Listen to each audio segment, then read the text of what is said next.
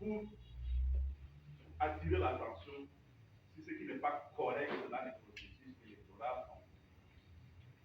C'est une manière pour nous de faire prendre conscience à notre population, à la population congolaise, que un jour de vote engage 5 années de vie.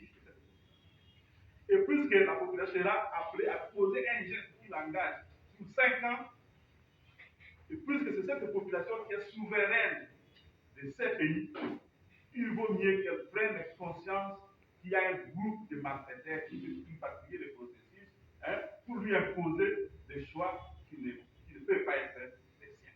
C'est très important parce que nous ne cherchons pas à, je dirais, à libérer notre population.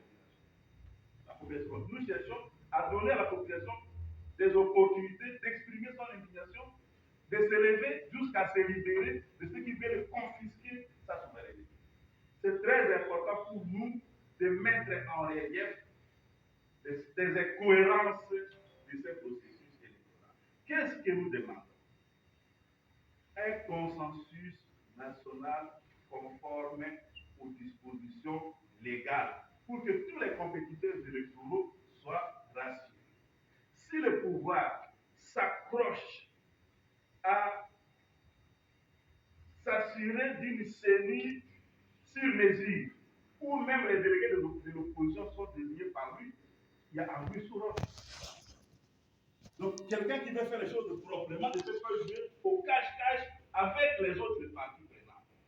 Donc, jusqu'au dernier jour, nous allons manifester en continuant à espérer que plus la population congolaise va se lever, plus ceux qui ont encore un peu de bon sens dans l'équipe de ceux qui veulent confisquer le processus électoral trouveront le moyen de se faire entendre et de ramener les autres à des bons sens. Donc, nous ne sommes pas encore arrivés au jour du scrutin. D'ici là, beaucoup de choses peuvent se passer. Cela dépend de la capacité de notre peuple à se mobiliser en grand nombre.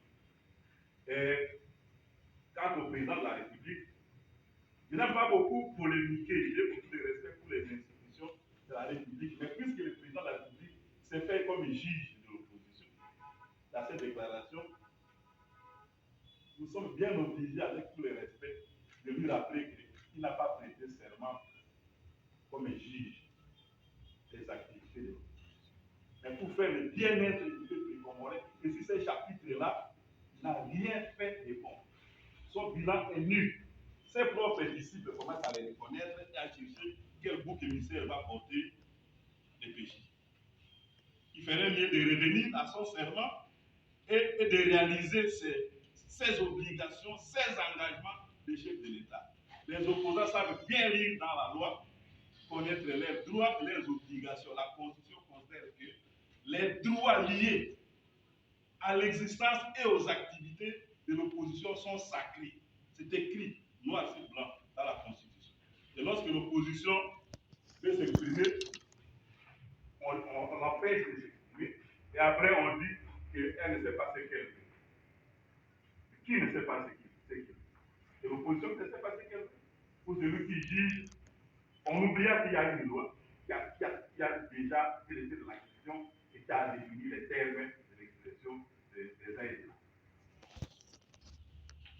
Oui, ce sera les temps pour la convocation de l'électorat. Vous maintenez vos sit-ins pour chaque jeudi, mais pour quel résultat? Parce que le fichier électoral a été audité, vous avez les résultats à votre disposition. Comment pensez-vous participer à un scrutin alors déjà que vous contestez le fichier électoral? Et toutes ces manifestations chaque jeudi pour la CENI, pour quel objectif?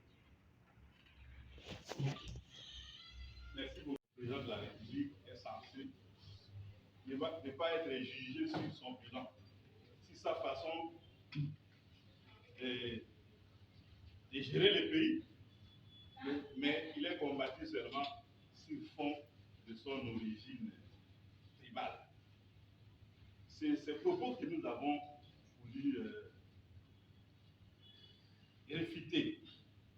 Si j'ai évoqué la campagne électorale, il a dit qu'il ne sera pas jugé. Parce que le meilleur moment où le peuple a la possibilité de juger ses dirigeants, c'est à l'occasion des compétitions électorales. C'est pour cela que j'ai dit qu'à l'occasion de ces compétitions, le président Moïse Katumbi et ses équipes seront tout à fait capables de mener leur propre campagne seuls. Ils n'ont pas besoin que quelqu'un d'autre les fasse à leur place. Mais pour donner un éclairage sur une préoccupation qui est contenue dans votre question, je dirais que les contacts entre un acteur politique, un homme d'État, un leader, avec ses partisans, ses sympathisants, ou avec le peuple tout simplement, n'attend pas la période des élections. Mais en dehors de la période des élections, ces contacts n'est pas orienté vers une forme de propagande du genre voter pour moi. Il s'agit d'être en communion avec la population pour mieux sentir ce que lui-même ressent, de manière à ce que l'offre politique qu'on lui fait s'articule le mieux possible à ces préoccupations de tous les jours. Donc personne, sauf ces mélanges de dictature auxquels nous sommes en train d'assister, ne saurait empêcher Moïse Katumbi de sortir, d'aller prendre le verre quelque part avec les compatriotes de là-bas, ou d'aller jouer au tennis quelque part, ou d'aller faire un meeting quelque part. Bien sûr, un meeting étant une manifestation publique, nous prendrons toujours le soin d'informer l'autorité compétente conformément à la Constitution et aux lois de la République. Et chaque fois que l'autorité ne va pas nous mettre des barrières, eh bien, le président pourra se déplacer et communier avec ses compatriotes.